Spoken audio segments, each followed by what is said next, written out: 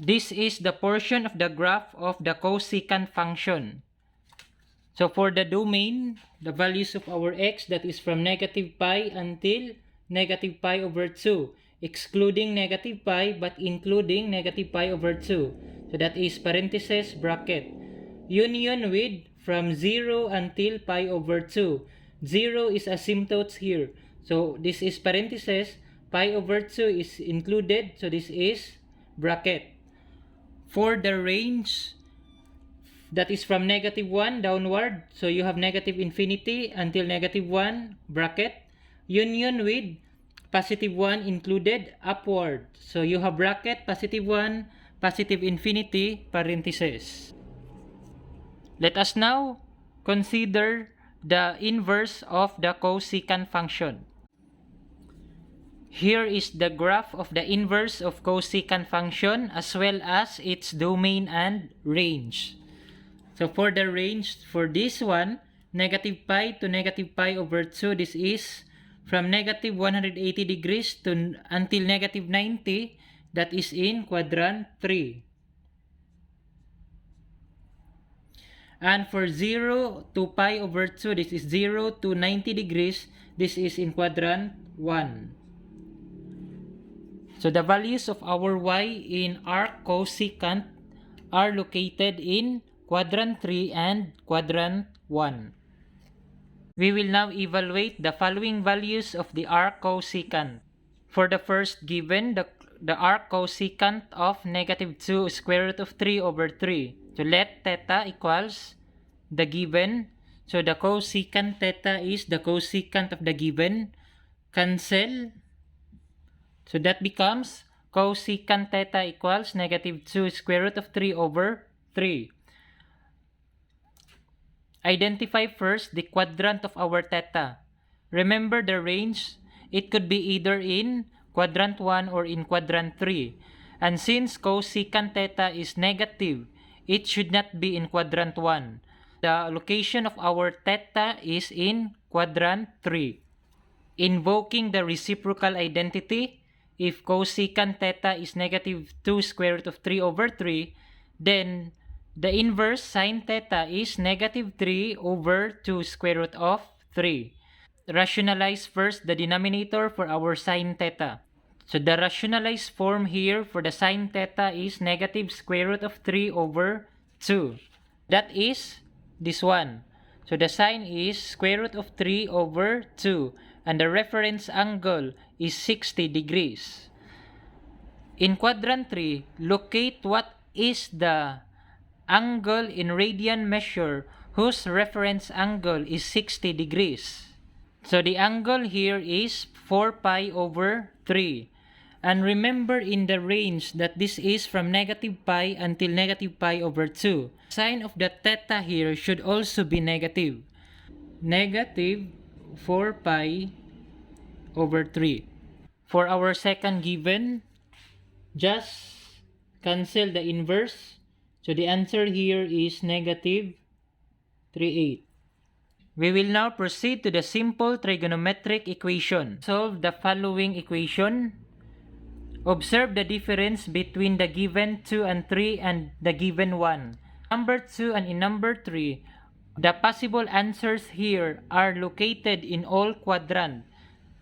But in number 1, since it is not restricted that we will be using x from 0 to 2 pi, so we will be invoking the range for our arc sine function.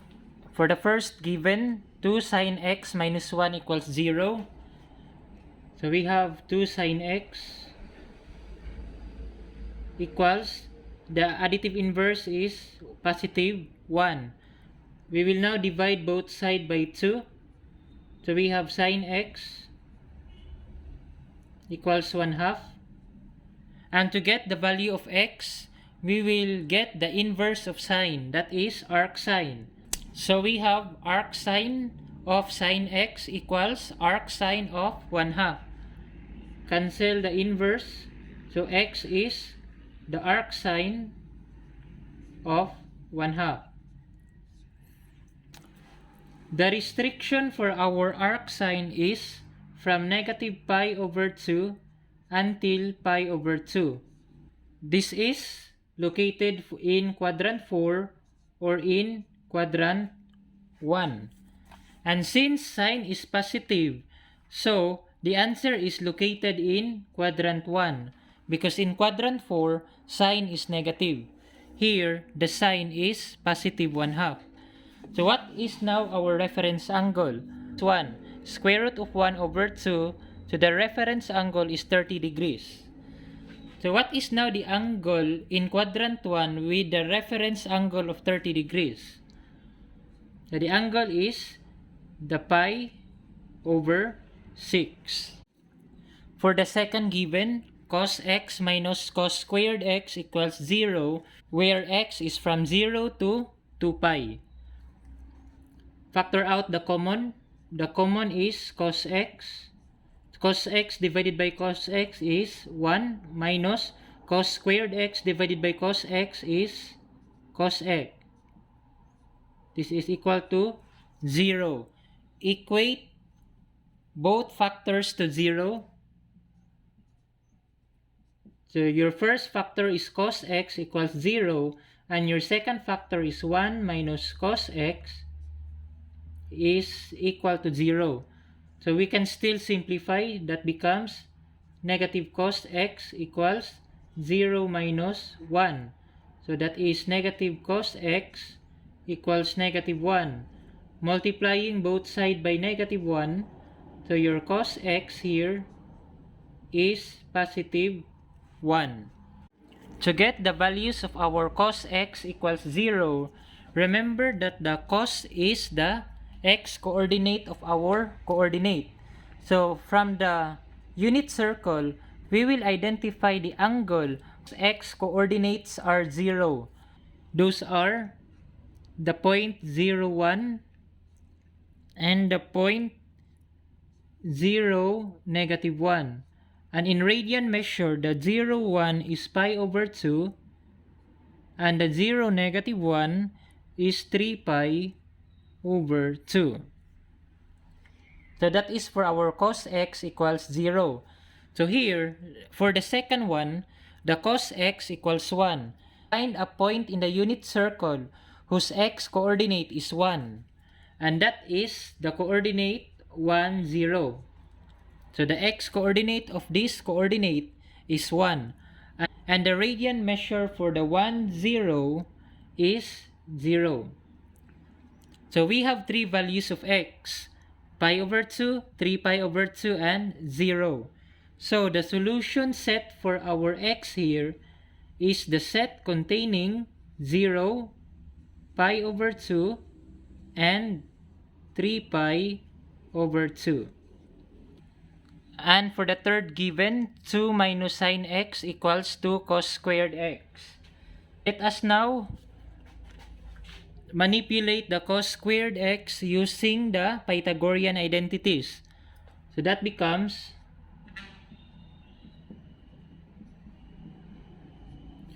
the equivalent of cos squared x in the Pythagorean identities is 1 minus sine squared x. Distribute now the 2, so that becomes 2 times 1 is 2 minus 2 times sine squared x is 2 sine squared x. We can cancel what is common in the right hand side and on the left hand side, and that is the 2. So the remainder now is negative sine x and the negative 2 sine squared x. Combine these two on the right. So additive inverse, that is positive 2 sine squared x minus this one, sine x equals 0. We have a common factor. Factor out. The common is sine x. 2 sine squared x divided by sine x is 2 sine x minus sine x divided by sine x, 1. This is equal to 0. We have two factors. The first is sine x. The second one is this So the sine x is 0, and the other one, the 2 sine x minus 1, 0. Simplify, that becomes 2 sine x equals positive 1 by getting the additive inverse, dividing both side by 2. So your sine x here is positive 1/2. To solve for the value of x, we will get the arc sine. We can cancel that. So the x here is the arc sine of 0. And for the other one, our x here is the arc sine of 1/2.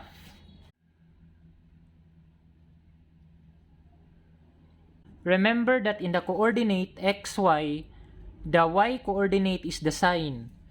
So in the unit circle, look for the point whose y coordinate is 0. So the y coordinate is 0 are the following.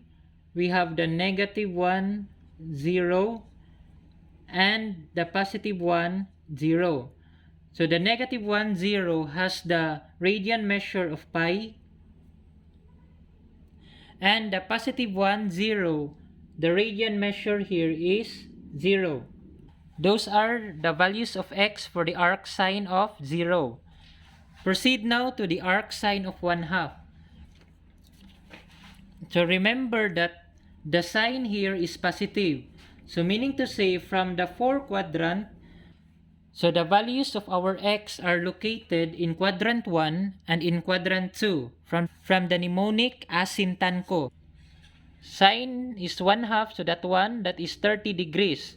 So the reference angle here is 30 degrees. So in quadrant 1, 30 degrees in quadrant 1 is pi over 6. And the 30 degrees reference angle in quadrant 2 is 5 pi over 6. So in this given, we have 4 values of x: pi, 0, pi over 6, and 5 pi over 6. So what is now our solution set? Is the set containing 0, pi over 6, 5 pi over 6, and pi.